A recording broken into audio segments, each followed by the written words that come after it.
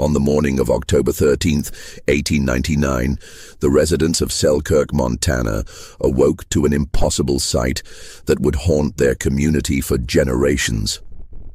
7 beds in the Thornfield household lay undisturbed, their covers still tucked with military precision as they had been the night before. Yet the rooms felt as empty as abandoned graves. The 7 daughters of prominent merchant Gabriel Thornfield, Margaret, 26, Catherine, 24, twins Eleanor and Elizabeth, 22, Sarah, 20, Grace, 17, and Rebecca, just 14, had vanished without leaving so much as a footprint in the morning frost that covered their windowsills. No windows showed signs of forced entry, no doors had been left ajar, and most disturbing of all, their nightgowns hung precisely where they had placed them before retiring, as if the sisters had simply dissolved into the autumn air.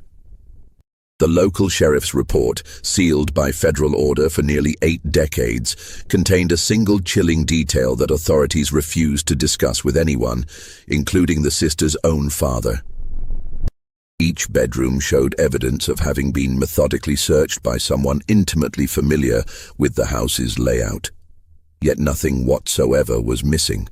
Not jewelry, not clothing, not even the small amounts of money the older sisters kept in their dresser drawers. What happened to the 7 sisters of Selkirk remains one of America's most haunting and inexplicable unsolved mysteries.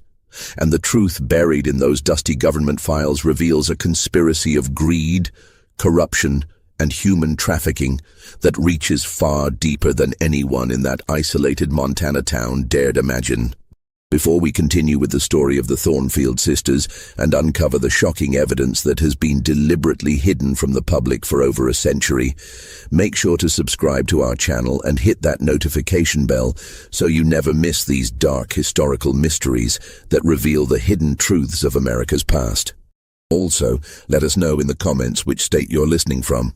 We love hearing from our community of mystery seekers around the world, and your engagement helps us bring these forgotten stories back to light.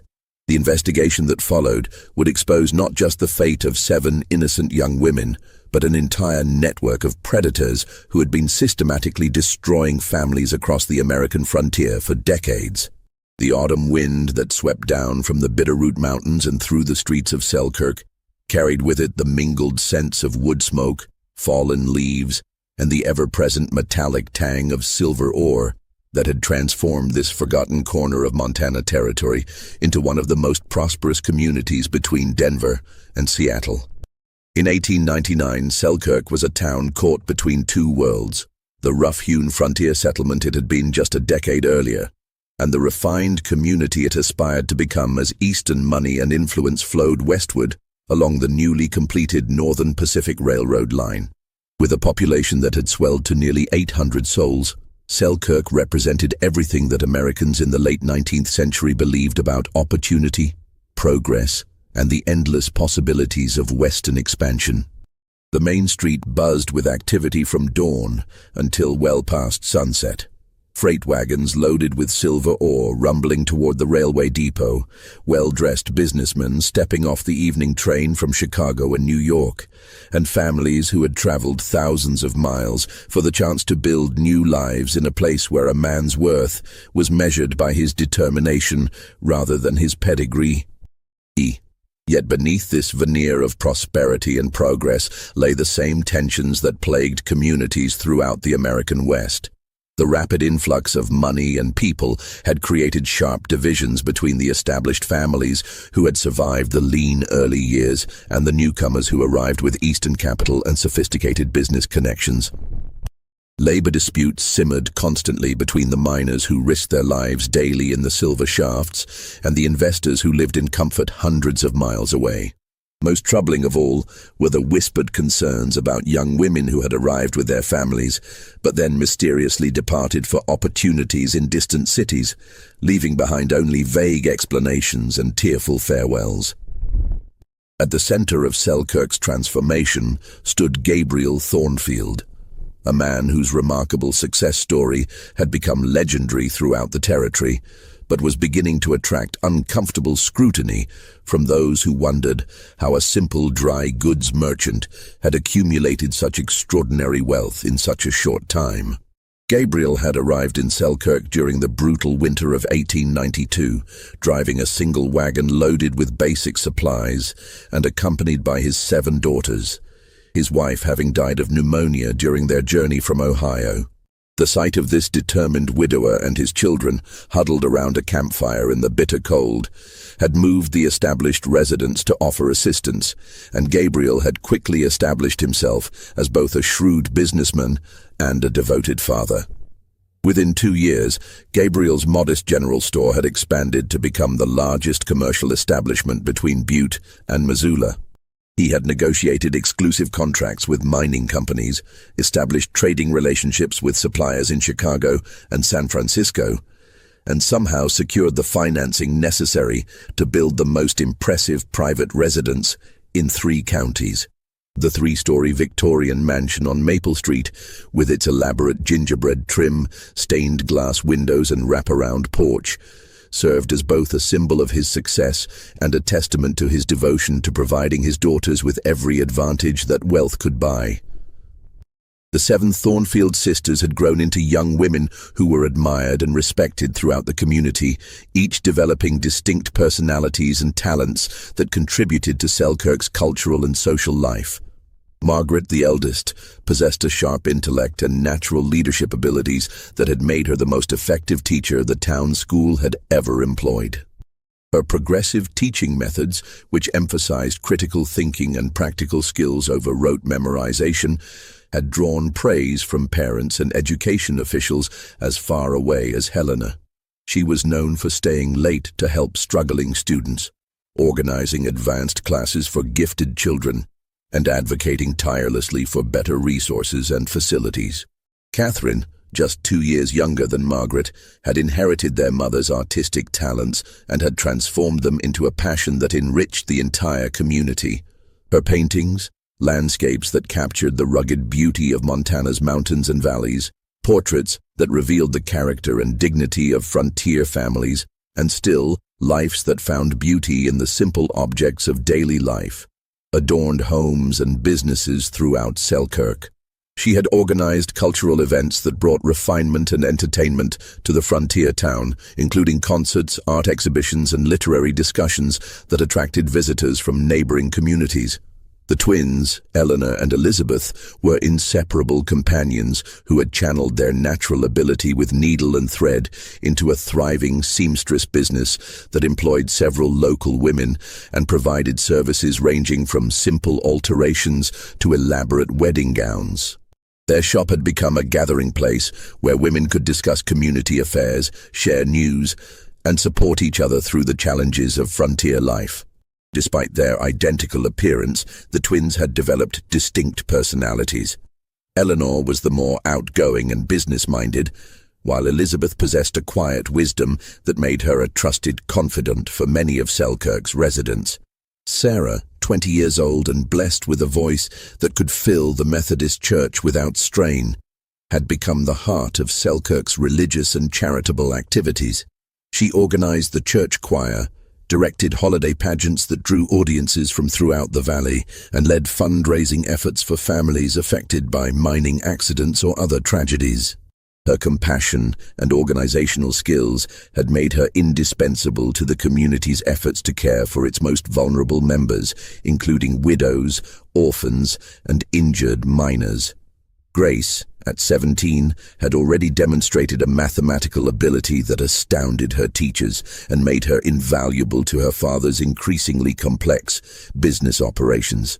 She could calculate compound interest in her head, balance multiple sets of books simultaneously, and spot discrepancies in financial records that escaped the notice of experienced bookkeepers. Her father had begun consulting her on major business decisions, and several prominent businessmen had remarked that Grace possessed the sharpest financial mind they had ever encountered in someone so young. Rebecca, the youngest at 14, brought joy and laughter to everyone around her with an infectious personality that could brighten even the darkest winter day. Despite her youth, she had already shown remarkable maturity by volunteering at the town's small library, where she read to children whose parents worked long hours in the mines or shops. Her natural empathy and genuine interest in others had made her beloved by families throughout Selkirk, and many predicted she would grow up to become a teacher or nurse who would continue her family's tradition of service to the community. The Thornfield family's prominence in Selkirk society, however, had begun to attract attention that Gabriel found increasingly uncomfortable. Some residents whispered that his rapid accumulation of wealth suggested connections to powerful interests back east, while others questioned how a man who had arrived with virtually nothing had secured the financing necessary to build such an elaborate home and expand his business so dramatically. These suspicions intensified during the summer and early autumn of 1899, as Gabriel began hosting private meetings with well-dressed strangers who arrived on the evening train and departed before dawn, conducting their business in hushed conversations behind the closed doors of his study. The political and economic climate of 1899 added another layer of tension to life in Selkirk and throughout the American West. The nation was still recovering from the devastating economic depression that had begun in 1893, and the effects of bank failures, business closures, and unemployment continued to ripple through communities that had previously enjoyed steady prosperity. Labor disputes were becoming increasingly common and violent in mining communities throughout Montana, Colorado, and Idaho, as workers organized to demand better wages, safer working conditions, and protection from the arbitrary power of distant investors who viewed frontier laborers as expendable resources. The recently formed Western Federation of Miners had been actively organizing workers throughout Montana, and several mines in neighboring towns had experienced strikes that sometimes turned violent when mine owners brought in armed guards or called upon territorial authorities for military intervention. Local business owners, including Gabriel Thornfield, found themselves caught between the legitimate demands of their workers and the expectations of Eastern investors who cared little for the welfare of frontier communities and demanded maximum profits regardless of human cost. This volatile atmosphere was further complicated by the rapid changes that railroad expansion had brought to previously isolated communities. The Northern Pacific's extension to Selkirk in 1896 had brought unprecedented prosperity, but it had also exposed the town to outside influences and criminal organizations that preyed upon frontier families. Reports circulated of confidence men, land speculators, and various criminal enterprises that followed the railroad lines westward, seeking opportunities to exploit the isolation and limited law enforcement resources of frontier settlements. The events of October 12, 1899, began with the kind of crisp autumn morning that made residents of Selkirk grateful for their decision to build lives in Montana's spectacular landscape. The maple trees that lined the town's main streets had reached their peak autumn colors, creating a canopy of gold and crimson that filtered the morning sunlight into patterns of extraordinary beauty. Gabriel Thornfield opened his general store at 7 o'clock sharp, as was his unchanging custom, while his daughters went about their established daily routines with the comfortable predictability that had characterized their family life for years. Margaret walked to the one-room schoolhouse at 8 o'clock, her leather satchel filled with the lesson plans she had prepared the evening before. Parents gathering at the school entrance noticed that she seemed more distracted than usual, responding to their greetings with polite but absent-minded nods, rather than her typical warm engagement with their concerns about their children's progress. Several mothers later recalled that Margaret's usually immaculate appearance seemed slightly disheveled, as if she had dressed hastily or without her normal attention to detail. Catherine set up her easel in the garden behind the family home, where she had been working for several weeks on a landscape painting that captured the autumn transformation of the Bitterroot Mountains. Mrs. Henrietta Walsh, who lived across the street and often watched Catherine work from her kitchen window, noticed that the young artist seemed unable to concentrate on her painting, frequently setting down her brush to pace around the garden or stare toward the train station at the edge of town. Most unusually, Catherine appeared to be painting the same small section of canvas over and over again, as if her hands couldn't execute what her mind was trying to create. The twins, Eleanor and Elizabeth, opened their seamstress shop at 9 o'clock and immediately began working on the elaborate wedding dress they were creating for Mayor Harrison's daughter. However, their usual cheerful chatter was replaced by intense whispered conversations that stopped abruptly whenever customers entered the shop. Mrs. Dorothy Fleming, who brought in a jacket for alterations, later testified that the twins seemed nervous and distracted, making uncharacteristic mistakes in their measurements and having to restart their work several times. Sarah spent the morning at the Methodist Church practicing hymns for the upcoming Sunday service, but Reverend Thomas Atwood noticed that her usually perfect pitch seemed uncertain, and she repeatedly stopped mid-song to stare out the windows toward the main street. When he asked if something was troubling her, Sarah's response was evasive and uncharacteristic. She claimed to be feeling slightly unwell, but refused his offer to summon Dr. Porter or to send word to her father. Grace worked in the general store alongside her father, but several customers commented that she seemed unusually quiet and made simple arithmetic errors that were completely unlike her normally flawless mathematical abilities. Gabriel himself appeared tense and distracted, frequently checking his pocket watch and glancing toward the street as if expecting someone or something that failed to arrive on schedule. Even young Rebecca, normally the most carefree and talkative of the sisters, seemed subdued as she helped Mrs. Caldwell with the household's daily cleaning and preparation for the evening meal. The housekeeper later recalled that Rebecca asked several unusual questions about travel, whether she had ever been far from Montana, whether she missed her family when she had worked in other towns, and whether she thought it was possible to be happy when separated from everyone you loved. As the afternoon progressed, the subtle disturbances that had marked the sisters' behavior throughout the day became more pronounced. At approximately 3 o'clock, Dr. Samuel Porter was returning from a house call when he encountered all 7 sisters walking together along River Street in the direction of the train depot. This struck him as highly unusual, since their daily routines typically kept them occupied with their individual responsibilities during the afternoon hours, and he had never seen them all together away from the family home, except during church services or special community events. What disturbed Dr. Porter most profoundly was the sisters' demeanor as they walked. Normally vibrant, talkative, and engaged with everyone they encountered, the 7 young women moved in complete silence, their faces pale and their expressions troubled in ways that suggested deep emotional distress. They walked with the mechanical precision of people who were forcing themselves to complete an unpleasant but unavoidable task, their usual grace and natural warmth replaced by a rigid determination that seemed almost military in its intensity. When Dr. Porter called out a cheerful greeting, only Rebecca looked back, and the fear in her young eyes chilled him to the bone.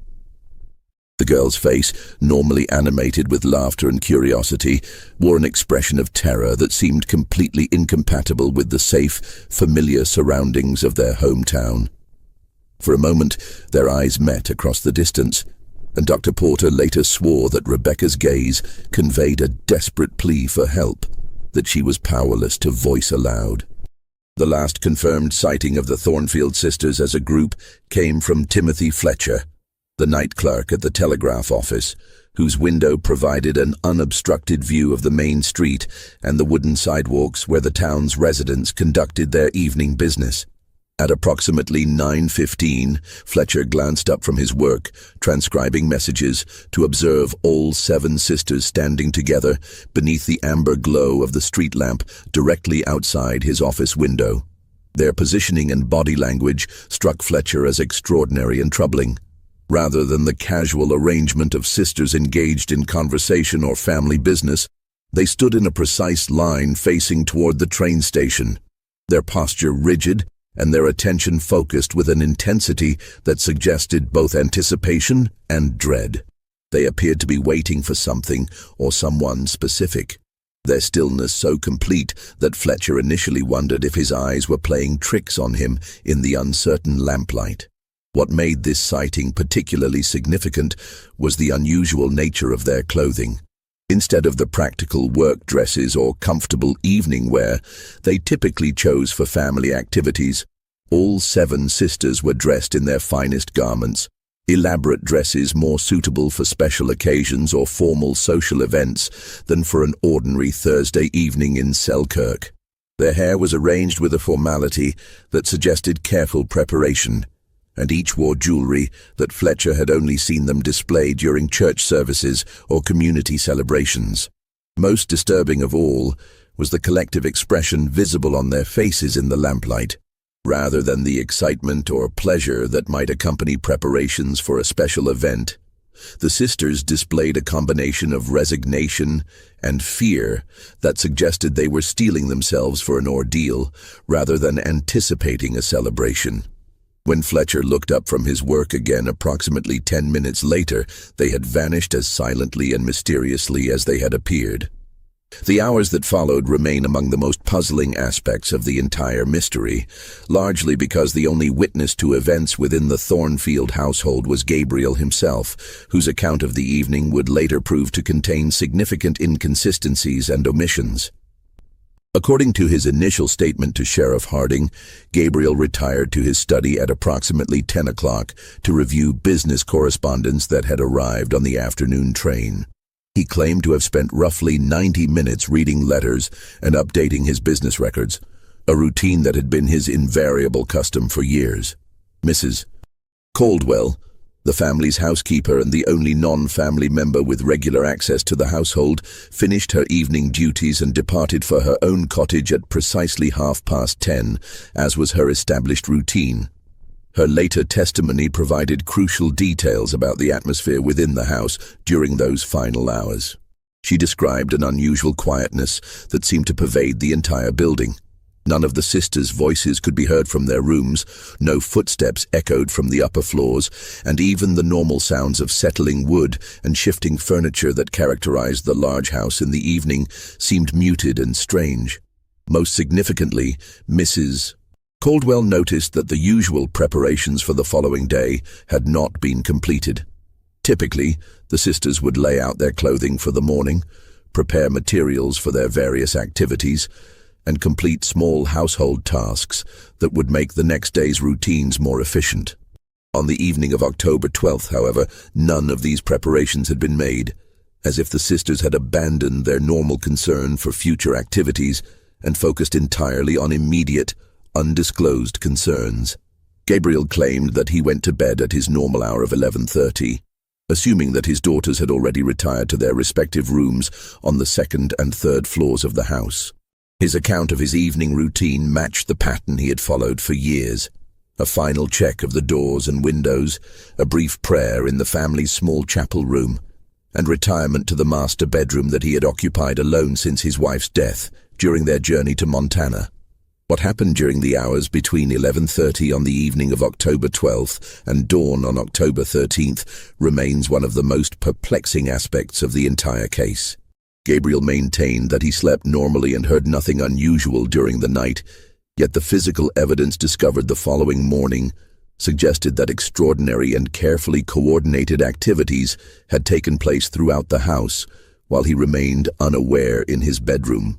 The discovery that would transform the Thornfield disappearance from a family crisis into a nationwide mystery began at dawn on October 13th, when Mrs. Caldwell arrived to begin her daily routine of preparing breakfast and organizing the household for another day.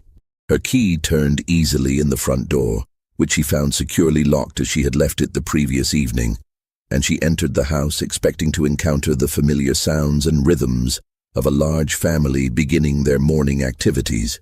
Instead, she was greeted by a silence so profound and unnatural that she later described it as feeling like entering a tomb. No footsteps echoed from the upper floors. No voices called morning greetings, and even the mechanical sounds of the house, the ticking of clocks, the settling of wooden beams, the whisper of air moving through the rooms, seemed muted and strange. Mrs. Caldwell's first instinct was to attribute this unusual quiet to the family's having overslept, perhaps due to late-night activities or the effects of the unseasonably cold weather that had settled over Selkirk during the night. Her concern began to escalate when she discovered that the kitchen showed no signs of having been used for the late evening snack that was part of the family's established routine.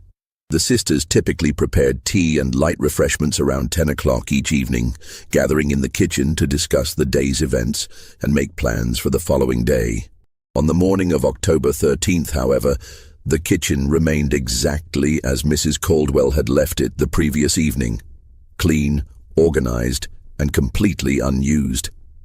Growing more puzzled and concerned, Mrs. Caldwell climbed the main staircase to the second floor, where Margaret, Catherine, and the twins maintained their bedrooms.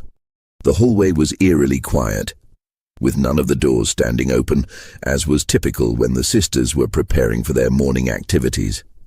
When Mrs. Caldwell knocked softly on Margaret's door and received no response, she hesitantly turned the handle and discovered a sight that would haunt her for the rest of her life. Margaret's bedroom appeared precisely as it would have looked if she had never retired for the evening. The bed remained made with the same meticulous attention to detail that characterized Margaret's approach to all aspects of her life. Corners tucked with geometric precision, pillows arranged symmetrically, and the coverlet stretched without a single wrinkle. Her nightgown hung on its customary hook near the window, exactly where she had placed it before dressing for dinner the previous evening. Her brush and comb sat in their usual positions on the dressing table, alongside the small stack of books she had been reading and the lesson plans she had prepared for the following day's classes. Yet, despite this appearance of perfect order, something felt profoundly wrong about the room. Mrs. Caldwell, who had cleaned and organized this space hundreds of times over the years, immediately sensed that subtle changes had occurred. The items on Margaret's dressing table, while arranged neatly, were not positioned with the exact precision that Margaret invariably maintained. Several books had been removed from their shelves and replaced in incorrect order, and the papers in Margaret's desk showed signs of having been examined and restacked by someone unfamiliar with her organizational system. The discovery in Catherine's room was equally disturbing and puzzling. Like Margaret's, the bed showed no signs of having been slept in, and Catherine's artistic materials, brushes, paints, and canvases were arranged with a neatness that was completely uncharacteristic of her normally chaotic creative space. Catherine typically left her room in a state of organized disorder that reflected her artistic temperament, with half-finished paintings propped against the walls and art supplies scattered across every available surface. On the morning of October 13th, however, everything had been cleaned and organized with an almost obsessive attention to detail that was entirely foreign to Catherine's personality.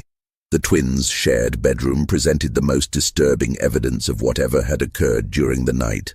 Eleanor and Elizabeth had always maintained their space with identical precision, their belongings arranged in perfect symmetry that reflected their close relationship and shared habits. On the morning of the disappearance, however, their room showed clear signs of having been systematically searched by someone who had attempted to restore order but lacked intimate knowledge of the twins' precise organizational methods. Dresser drawers had been opened and closed, their contents examined and replaced, but not in the exact patterns that the twins invariably maintained. Mrs. Caldwell's horror reached its peak when she climbed to the third floor and discovered that Sarah's, Grace's, and Rebecca's rooms told the same impossible story. 3 more beds that had never been slept in, 3 more sets of nightgowns hanging undisturbed, and 3 more rooms that showed subtle but unmistakable evidence of having been carefully searched by someone familiar with the house, but not intimately acquainted with each sister's personal habits and preferences. Her screams, when they finally came, echoed through the morning stillness with the intensity that brought neighbors running from blocks away. Mrs. Caldwell ran from the house in a state of near hysteria, stumbling through the streets of Selkirk and crying that the girls were gone, that something terrible had happened, that the impossible had somehow occurred in their safe and familiar community. Gabriel Thornfield, awakened by the commotion and the sound of voices gathering outside his home, initially refused to believe what Mrs. Caldwell was telling him. He rushed through the house, calling his daughters' names and checking each room with the desperate hope that some simple explanation would resolve the crisis. Instead, he was confronted with the same impossible evidence that had terrorized Mrs. Caldwell. 7 bedrooms that showed no signs of having been occupied during the night, yet clear indications that someone had methodically examined every personal belonging, every document, and every possession that the sisters had accumulated during their years in Selkirk. Sheriff William Harding arrived within minutes of being summoned, but nothing in his decade of law enforcement experience in frontier communities had prepared him for the methodical investigation that the Thornfield disappearance would require. Harding was accustomed to dealing with straightforward crimes: cattle rustling, claim jumping, occasional violence stemming from personal disputes or excessive drinking. The systematic vanishing of 7 young women from a locked house, without any evidence of forced entry or signs of struggle, presented challenges that exceeded both his experience and his resources. Harding's initial examination of the house confirmed Mrs. Caldwell's observations while revealing additional details that deepened the mystery rather than providing explanations. Every door and window in the house remained securely locked from the inside, with no evidence of tampering or forced entry. The front and back doors showed no signs of having been opened during the night, and the windows were all latched in their normal positions. Most puzzling of all, there were no footprints in the soft earth around the house's foundation, despite the fact that anyone entering or leaving the building during the night would necessarily have left clear tracks in the moisture-softened soil. The systematic search of the sisters' belongings became more apparent as Harding conducted a detailed examination of each room. In every case, personal items had been examined and replaced, but not with the precision that would indicate familiarity with each sister's habits. Clothing had been unfolded and refolded, jewelry had been examined and returned to boxes, and personal papers had been read and restacked. Yet nothing appeared to be missing. Valuable jewelry remained in plain sight, small amounts of money were undisturbed in dresser drawers, and even sentimental items that would be meaningful only to the sisters themselves remained exactly where they had always been kept. Sheriff Harding's investigation expanded systematically throughout Selkirk as he interviewed every resident who might have observed relevant details during the evening of October 12th or the early morning hours of October 13th. What emerged from these conversations was a pattern of strange occurrences and subtle disturbances that had been building throughout the summer and early autumn of 1899, creating an atmosphere of unease that many residents had noticed but few had been able to articulate clearly. Multiple witnesses reported seeing well-dressed strangers arriving on evening trains during the weeks leading up to the disappearance. These visitors, always impeccably dressed in expensive Eastern clothing and carrying expensive leather luggage, would conduct brief meetings with prominent citizens and then depart on the following morning's train without engaging in any of the normal social activities that characterized business visits to frontier communities. Their presence was noted not only because of their obvious wealth and sophistication, but also because of their deliberate avoidance of the kind of casual interaction that was customary in small communities where strangers were typically welcomed and included in social activities. The telegraph office confirmed an unusual volume of coded messages being sent to addresses in Chicago, New York, and San Francisco during the same period. Timothy Fletcher, the night clerk who had witnessed the sisters' final public appearance, revealed that these messages were typically sent late in the evening and consisted of seemingly random combinations of numbers and letters that meant nothing to him, but obviously conveyed specific information to their intended recipients. Most of these messages were sent by Gabriel Thornfield himself, though several other prominent citizens had also dispatched coded communications to the same Eastern addresses. The town's bank president, Charles Whitman, initially proved reluctant to discuss his institution's recent transactions, but Sheriff Harding's persistent questioning eventually revealed financial irregularities that cast Gabriel Thornfield's rapid success in an increasingly troubling light. During the 6 months preceding the disappearance, Gabriel had made several large withdrawals of gold coins, totaling amounts that represented a significant portion of his accumulated wealth. These withdrawals were unusual not only for their size, but also for their timing. They had occurred immediately following the visits of the mysterious Eastern strangers, suggesting a direct connection between these encounters and Gabriel's financial activities. More disturbing still were the bank's records of Gabriel's deposits and investments, which showed a pattern of wealth accumulation that seemed inconsistent with the profits that could reasonably be expected from operating a general store in a frontier community.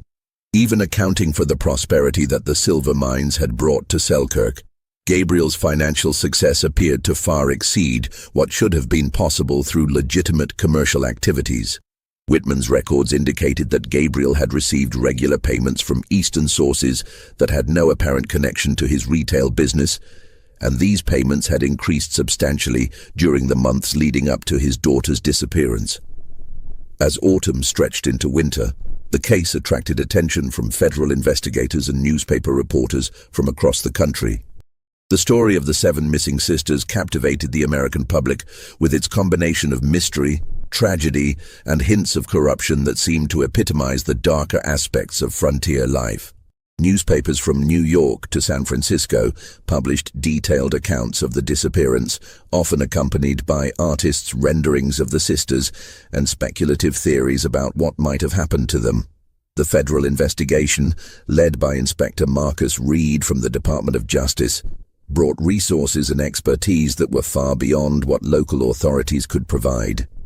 Reed had extensive experience investigating criminal organizations that operated across state and territorial boundaries, and his involvement in the Thornfield case reflected the federal government's growing concern about organized criminal activities in frontier communities. His investigation would eventually uncover evidence of corruption and criminality that extended far beyond the borders of Montana and involved some of the most prominent business and political figures in the American West. Inspector Reed's examination of Gabriel Thornfield's business records revealed financial irregularities that suggested connections to a sophisticated criminal organization.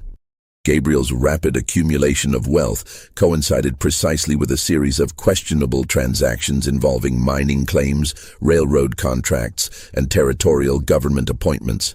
Most disturbing were his documented connections to a secretive investment group known as the Rocky Mountain Development Company, which had been acquiring mineral rights throughout Montana and other western territories using methods that local authorities were powerless to investigate or regulate. The Rocky Mountain Development Company proved to be a particularly elusive target for federal investigators. The organization operated through a complex network of subsidiary companies, shell corporations, and proxy agents that made it virtually impossible to identify its true owners or determine the source of its apparently unlimited financial resources. What Reed could establish was that the company had been systematically acquiring control of valuable natural resources throughout the West, often through arrangements that involved local officials and prominent citizens who received substantial payments in exchange for their cooperation.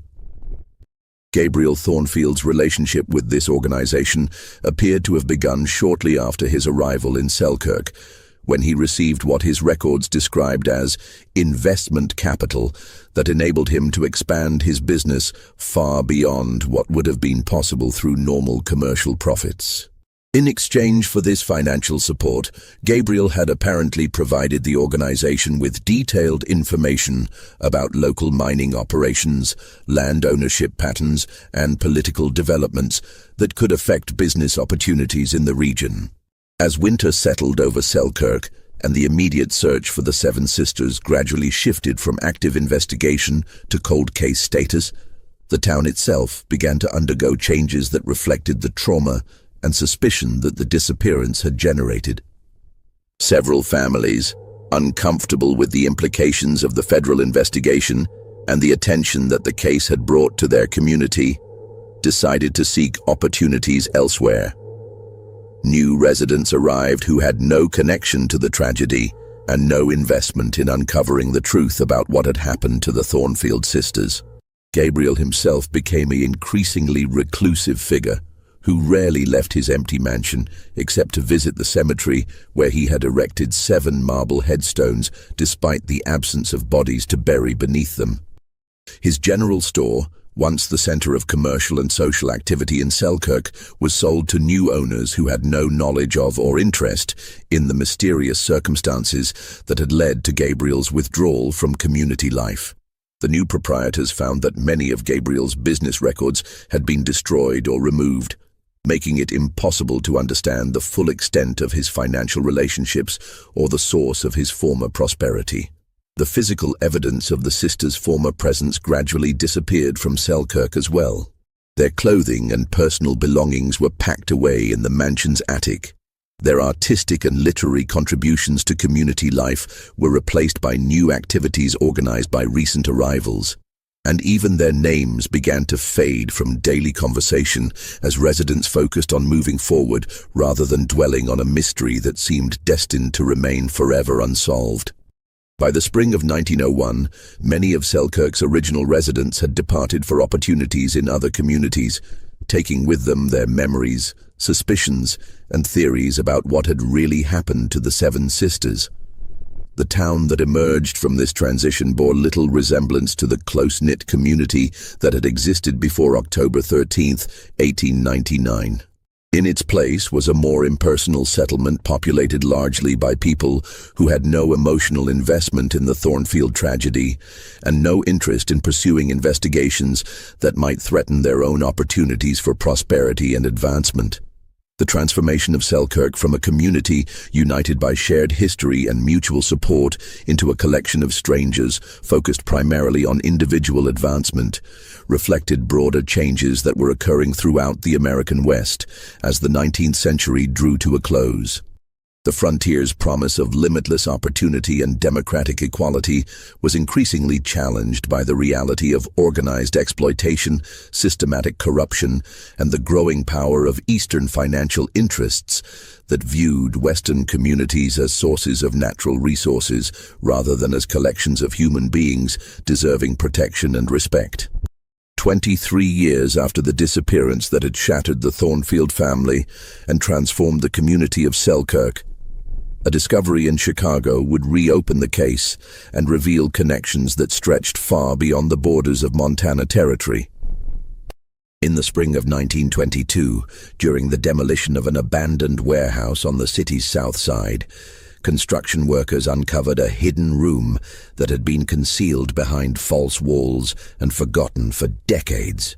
The chamber contained dozens of filing cabinets, storage boxes, and personal items that told the story of a criminal enterprise that had operated with impunity throughout the late 19th and early 20th centuries. Among the artifacts discovered in this hidden archive were 7 small photographs, each showing one of the Thornfield sisters in formal poses that suggested professional studio work. The images were accompanied by detailed written descriptions of each sister's personality, skills, family background, and physical characteristics, compiled with the kind of thoroughness that suggested commercial rather than personal interest. Most disturbing of all, the photographs appeared to have been taken after the sisters' disappearance from Selkirk, as several showed the young women at ages they had never reached in their Montana home. Margaret appeared to be in her 30s in the photograph, her face showing the maturity and gravity that came with adult responsibilities and experiences. Catherine's image captured her in elegant clothing that suggested prosperity and social status, but her eyes held a sadness that seemed incompatible with material success. The twins, Eleanor and Elizabeth, had been photographed separately rather than together, their identical features showing subtle differences that suggested they had developed distinct personalities during their years of separation from each other and their family. Sarah's photograph showed her in formal attire that suggested she had maintained her involvement in religious or charitable activities, but the expression on her face conveyed a profound melancholy that spoke of dreams deferred and hopes abandoned. Grace, captured in what appeared to be her mid-20s, wore the clothing of a woman engaged in professional activities, but her once bright eyes seemed dulled by experiences that had crushed her natural optimism and intellectual curiosity. Most heartbreaking of all was Rebecca's image, which showed her as a young woman in her early 20s, beautiful and properly dressed, but with none of the infectious joy and laughter that had made her beloved in Selkirk. Detective John Sullivan of the Chicago Police Department, who had been investigating the warehouse discovery as part of a broader inquiry into organized crime activities, immediately recognized the significance of these photographs and the accompanying documentation. The materials were part of a vast archive that detailed the operations of what appeared to be a sophisticated criminal organization specializing in what they euphemistically referred to as domestic placement services and social advancement opportunities for frontier families. The organization's records, maintained with meticulous attention to detail over several decades, revealed a business model that was both ingenious and horrifying in its systematic exploitation of vulnerable families throughout the American West. The criminals had identified communities and families whose isolation, economic struggles, or social circumstances made them susceptible to offers that promised better lives for their children, particularly their daughters. They operated through a network of seemingly legitimate businesses, employment agencies, matrimonial services, educational institutions, and charitable organizations that provided perfect cover for their actual activities. Detective Sullivan's investigation revealed that the organization had been operating under various names and through multiple front companies since at least 1885, systematically targeting families in frontier communities where law enforcement was limited and communication with outside authorities was difficult or impossible.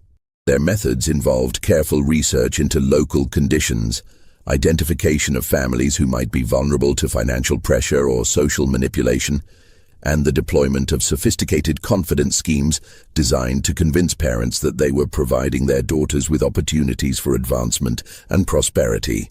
The process typically began with the arrival of well-dressed strangers who presented themselves as representatives of Eastern businesses, educational institutions, or social organizations seeking to recruit young women for positions that promised significant financial rewards and social advancement.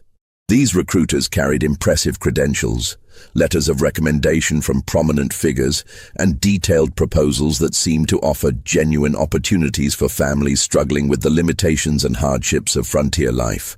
Parents who expressed interest in these opportunities were gradually drawn into increasingly complex arrangements that involved financial investments, business partnerships, or other commitments that made it difficult for them to withdraw from the process once it had begun.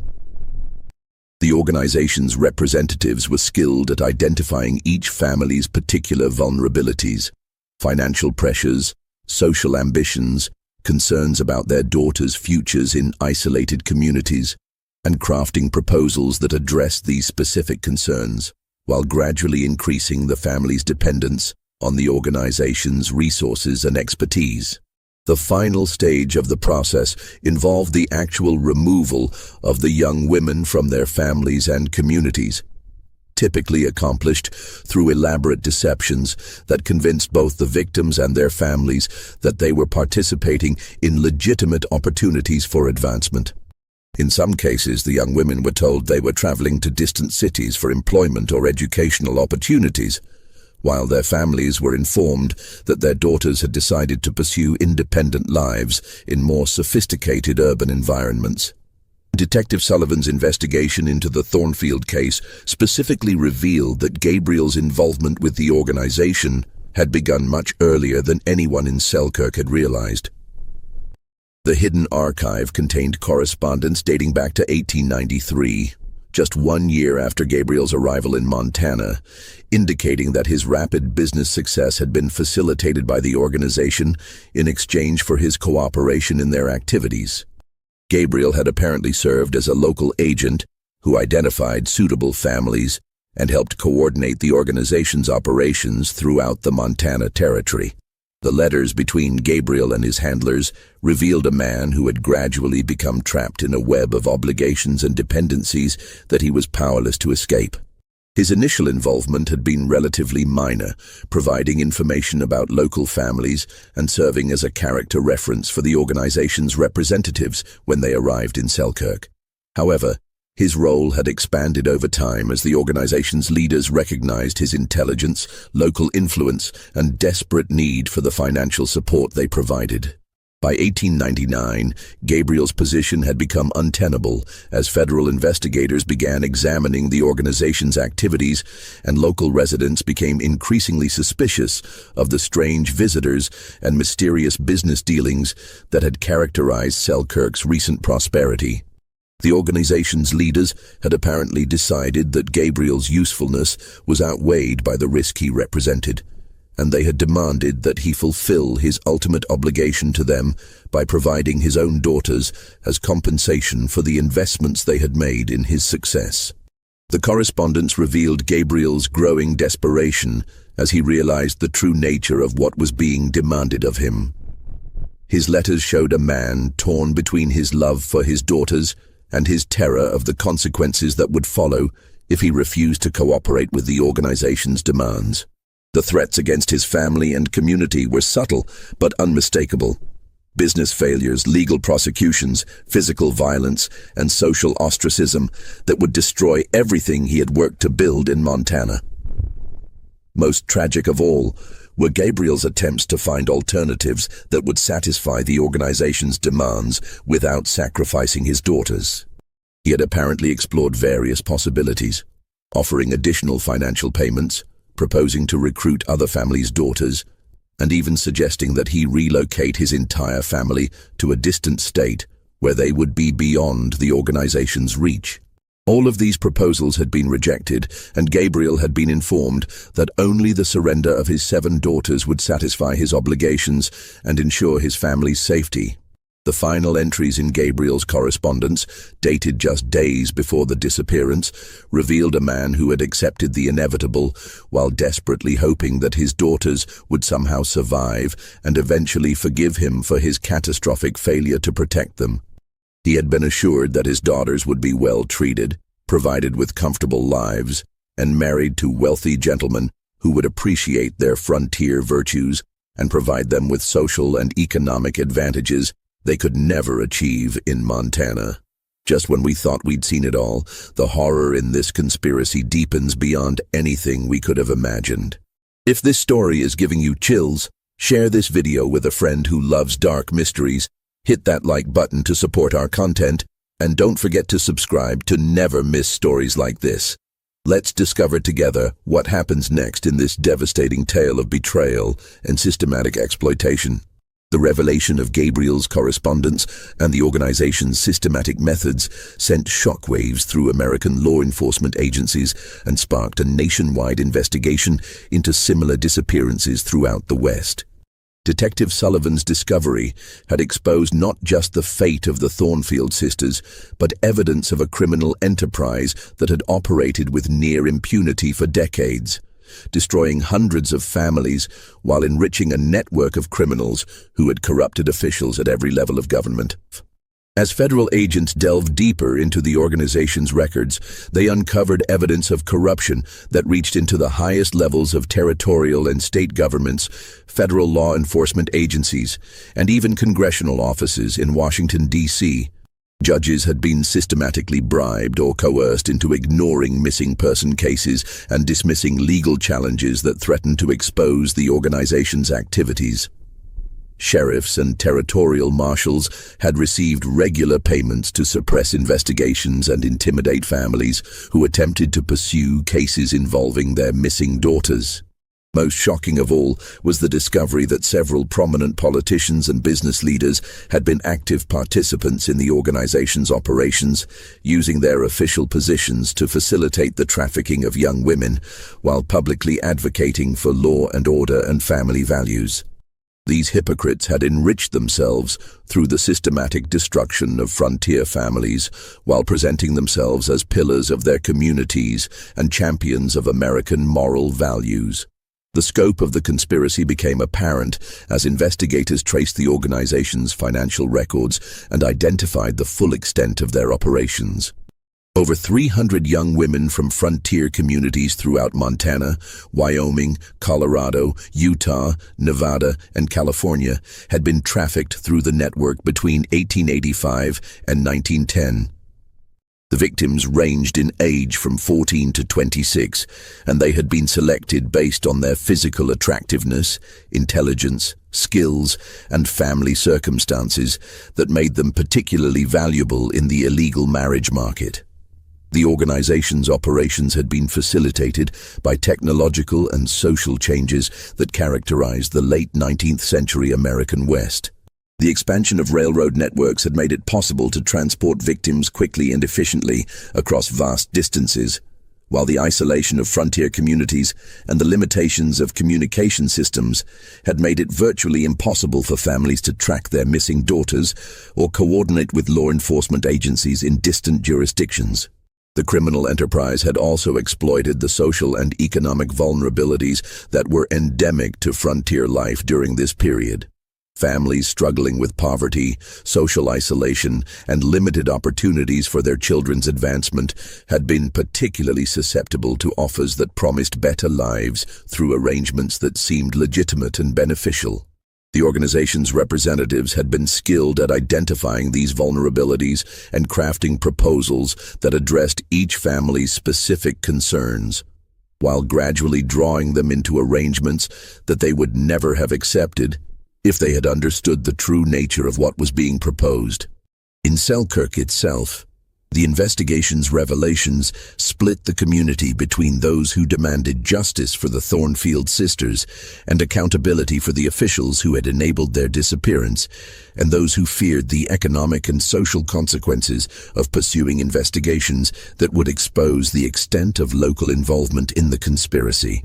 Many residents had benefited either directly or indirectly from Gabriel Thornfield's prosperity and the investments that the Rocky Mountain Development Company had made in local businesses and infrastructure.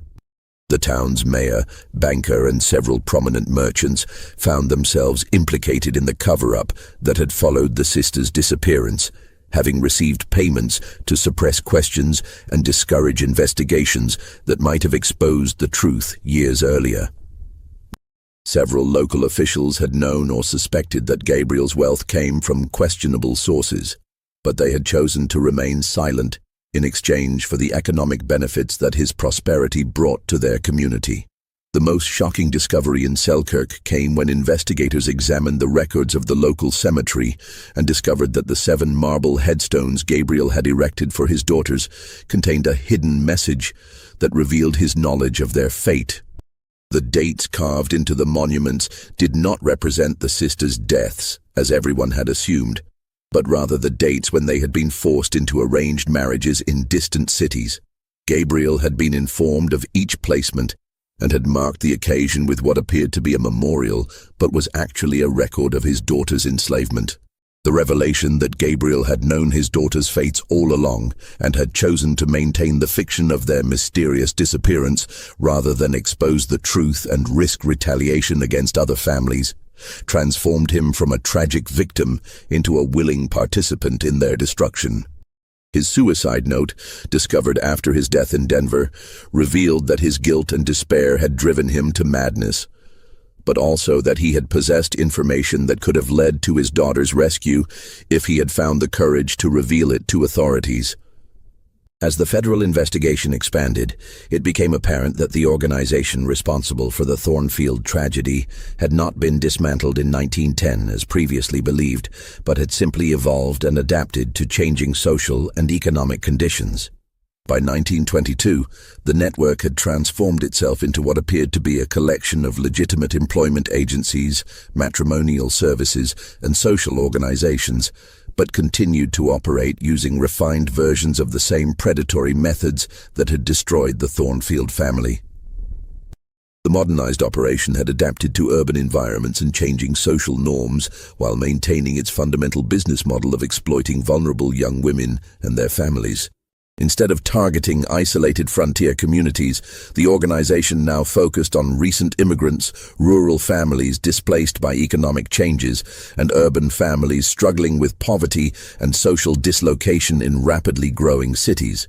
The final pieces of the Thornfield mystery fell into place when federal investigators, armed with evidence from the Chicago warehouse and Gabriel's correspondence, launched a coordinated series of raids across 12 states, In the spring of 1922, the operation, involving over 200 federal agents and local law enforcement officers, targeted the modernized network that had evolved from the organization responsible for the sisters' disappearance, while simultaneously searching for any surviving victims of the original trafficking operation.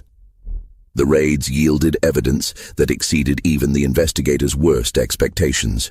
In addition to liberating dozens of women who were still being held against their will in various forms of involuntary servitude, the operation uncovered detailed records that documented the fates of hundreds of missing persons, including comprehensive information about the Thornfield sisters and their experiences following their removal from Selkirk.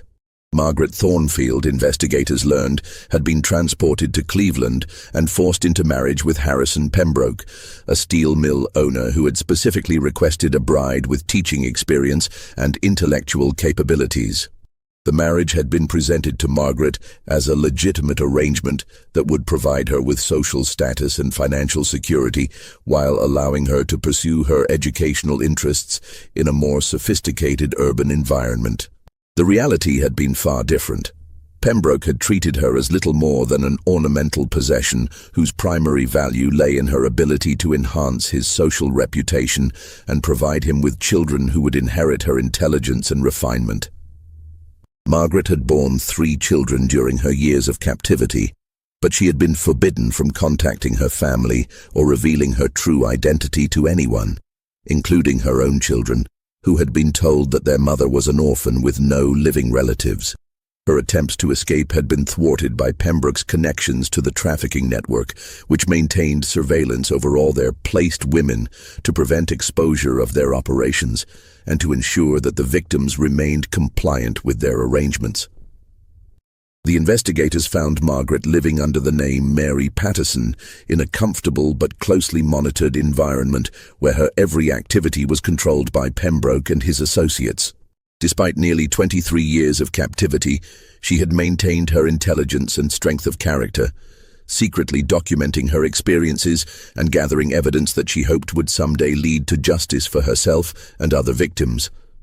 Her hidden journals provided investigators with crucial details about the organization's operations and the locations where other victims might be found. Catherine's fate had been equally tragic, but had followed a different pattern of exploitation. She had been taken to Milwaukee and married to Augustus Richardson, an art collector who had specifically sought a wife with artistic talents that he could exploit for both personal pleasure and commercial gain. Richardson had forced Catherine to produce paintings that he sold under his own name, while keeping her isolated from artistic communities where she might have found support or assistance. The psychological torture that Catherine had endured was evident in the paintings that investigators found in Richardson's mansion. Works that showed remarkable technical skill, but conveyed a profound sadness and desperation that reflected their creator's emotional state. Catherine, now living as Caroline Phillips, had survived by channeling her anguish into her art, while secretly planning for an escape that she had never been able to achieve due to the constant surveillance and threats that characterized her captivity. The twins, Eleanor and Elizabeth, had been deliberately separated as part of a calculated strategy to break their emotional bond and make them more compliant with their captor's demands. Eleanor had been placed in St. Louis with Marcus Whitfield, a businessman who had wanted a wife who would manage his household and social affairs with frontier efficiency and reliability. The separation from her twin sister had caused Eleanor such profound psychological trauma that she had suffered a complete mental breakdown within months of her arrival in St. Louis. Elizabeth had been taken to Chicago and forced into marriage with Samuel Henderson, a banker who had valued her practical skills and frontier hardiness, but had shown no interest in her emotional well-being or personal happiness. The loss of her sister and the trauma of her captivity had transformed Elizabeth from the outgoing, confident young woman she had been in Selkirk into a withdrawn, fearful person who lived in constant dread of punishment or retaliation. The investigation revealed that both twins had been told that their sister had died. a lie designed to prevent them from attempting to contact each other and to eliminate any hope of eventual reunion. This deliberate cruelty had been part of the organization's standard operating procedures for victims who had particularly close family relationships that might motivate escape attempts or resistance to their captors' demands. Sarah's story proved to be one of the most heartbreaking aspects of the entire case. She had been transported to Detroit and forced into marriage with Reverend Jonathan Morrison, a prominent minister who had specifically requested a wife with musical abilities and religious background. Morrison had exploited Sarah's talents by forcing her to perform in his church and at social events while presenting himself as a devoted husband and religious leader. The investigators discovered that Sarah had died in 1905, officially from pneumonia, but evidence suggested that her death had resulted from years of physical and emotional abuse that had weakened her constitution and made her susceptible to illness. Morrison had refused to provide adequate medical care during her final illness, apparently viewing her death as an opportunity to request a replacement wife from the trafficking organization. Grace's mathematical abilities had made her particularly valuable to the organization's leaders, who had placed her with Theodore Blackstone, a Chicago businessman who had used her skills to manage his complex financial operations while keeping her isolated from any contact with the outside world. Grace had been forced to use her intellectual gifts to facilitate criminal activities, including money laundering and fraudulent investment schemes that had enriched Blackstone while destroying the financial security of countless innocent victims. The investigators found evidence that Grace had tried repeatedly to sabotage Blackstone's operations by introducing subtle errors into his financial calculations, hoping to expose his criminal activities to authorities. These acts of resistance had been discovered, however, and Grace had been subjected to increasingly severe punishments that had eventually broken her spirit and destroyed her health. She had died in childbirth in 1909, alone and far from any family support, after being denied proper medical care by a husband who viewed her primarily as a valuable asset, rather than a human being deserving of compassion and respect. Rebecca's fate was perhaps the most tragic of all the sisters, as her youth had made her unsuitable for immediate placement and had resulted in years of captivity in various holding facilities, while the organization's leaders waited for her to reach an age that would make her marketable to their clients. During these years, Rebecca had been moved frequently between different locations, never allowed to form lasting relationships or to develop any sense of stability or security. The constant relocations and the psychological trauma of separation from her family had taken a severe toll on Rebecca's physical and mental health. By the time she reached an age where placement might have been possible, her deteriorated condition had made her unsuitable for the kind of arrangements that the organization typically facilitated.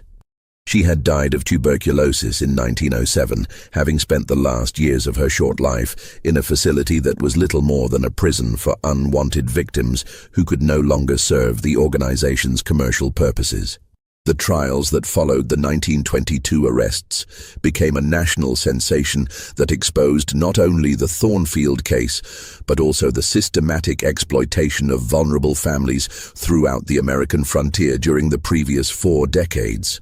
Newspaper coverage of the proceedings revealed details about the trafficking operation that shocked the public and led to demands for comprehensive reforms in law enforcement, interstate commerce regulation, and protection of women's rights. Marcus Pemberton, the criminal mastermind who had orchestrated the trafficking network, was arrested at his Chicago mansion in a dramatic raid that uncovered additional evidence of his crimes and revealed the full extent of his wealth and political connections. Pemberton's trial revealed him to be a man of extraordinary intelligence and organizational ability who had perverted these gifts into the creation of a criminal empire that had operated with near impunity for decades. During his testimony, Pemberton showed no remorse for the hundreds of lives he had destroyed, instead expressing pride in what he characterized as a successful business enterprise that had provided valuable services to clients who appreciated the superior qualities of frontier-raised women. His cold, calculating demeanor and complete lack of empathy for his victims horrified even hardened court observers and provided clear evidence of the sociopathic personality that had enabled him to commit such systematic crimes against vulnerable families. 17 of Pemberton's associates were convicted alongside him on various charges related to kidnapping, human trafficking, conspiracy, and corruption of public officials. The evidence presented during their trials revealed the sophisticated nature of the organization's operations and the extent of the corruption that had enabled their crimes to continue undetected for so long. However, the web of corruption and complicity that had enabled the trafficking operation meant that many participants escaped prosecution due to destroyed evidence, intimidated witnesses, and the convenient deaths of key figures before they could testify. Several prominent politicians, judges, and business leaders who had clearly been involved in the conspiracy managed to avoid criminal charges through their political connections and financial resources, though their reputations were permanently destroyed by the revelations that emerged during the trials. The 3 surviving Thornfield sisters faced an agonizing choice when investigators offered them the opportunity to testify publicly and seek justice for their suffering. Testifying would mean revealing their true identities and destroying the lives they had built during their years of captivity, potentially endangering their children and exposing them to retaliation from surviving members of the criminal organization. Margaret, now 49 years old and living as Mary Patterson, chose to testify despite the personal cost involved. Her courage in confronting her captors and revealing the details of her 23 years of enslavement made her a powerful advocate for other trafficking victims and helped establish legal precedents that would provide better protection for women and families in vulnerable situations. Her testimony was particularly effective because of her intelligence, dignity, and ability to articulate the psychological and emotional damage that the trafficking experience had inflicted on its victims. Catherine and Elizabeth, however, chose to maintain their assumed identities and live quietly with the terrible knowledge of their past. Catherine, now living as Caroline Phillips, had established a life in Milwaukee that included children who knew nothing of her true background, and she felt that revealing the truth would destroy their happiness and security without providing any meaningful benefit to other victims. Elizabeth, still living as Ellen Pierce in St. Louis, had never fully recovered from the psychological trauma of separation from her twin sister and felt emotionally incapable of reliving her experiences through public testimony. The decision to remain silent was respected by the investigators, who understood that these women had already sacrificed enough and had no obligation to expose themselves to further trauma in pursuit of justice that might ultimately prove elusive. Their choice to preserve the lives they had built also reflected the complex reality that many trafficking victims faced: the need to balance the desire for justice against the practical requirements of survival and protection of their families. The town of Selkirk itself never fully recovered from the revelation of what had happened to its most prominent family and the exposure of the corruption that had enabled their tragedy.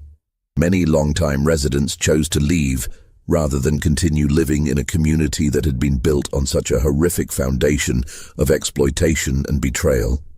The Thornfield mansion, which had stood empty since Gabriel's departure for Denver, was eventually torn down in 1925, and the lot was left vacant as if the community was trying to erase all physical reminders of the family's fate. The 7 marble headstones in the cemetery were replaced with a single monument bearing the inscription, "To the 7 sisters, victims of greed and betrayal, may truth finally set you free." The new memorial was funded by contributions from residents throughout Montana who had been moved by the sisters' story and wanted to ensure that their sacrifice would not be forgotten by future generations. The broader impact of the Thornfield case extended far beyond Montana's borders and contributed to significant reforms in how missing person cases were handled throughout the United States. New federal laws were passed requiring greater oversight of employment agencies and matrimonial services, and interstate cooperation in criminal investigations was significantly improved through the establishment of new communication systems and standardized procedures for sharing information between law enforcement agencies.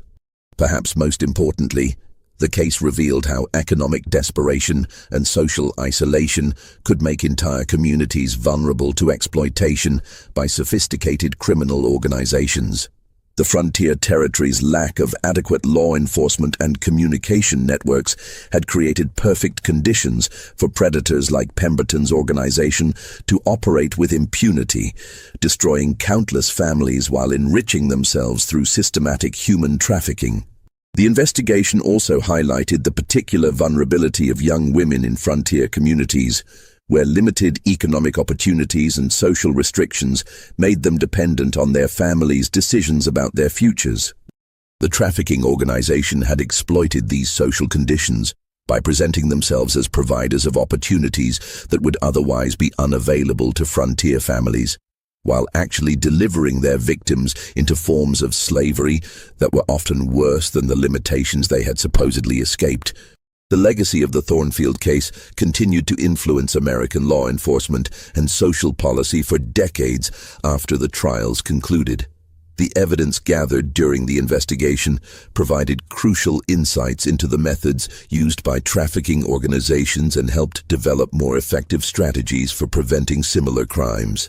The case also contributed to growing awareness of the need to protect vulnerable populations from exploitation and to address the social and economic conditions that made such exploitation possible.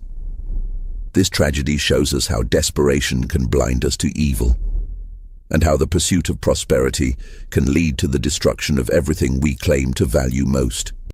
Gabriel Thornfield's desire to provide better lives for his daughters made him susceptible to a deception that ultimately destroyed everything he held dear, while the sisters themselves became victims of a system that valued their youth, beauty, and innocence as commodities to be bought and sold, rather than as human beings deserving of protection and respect.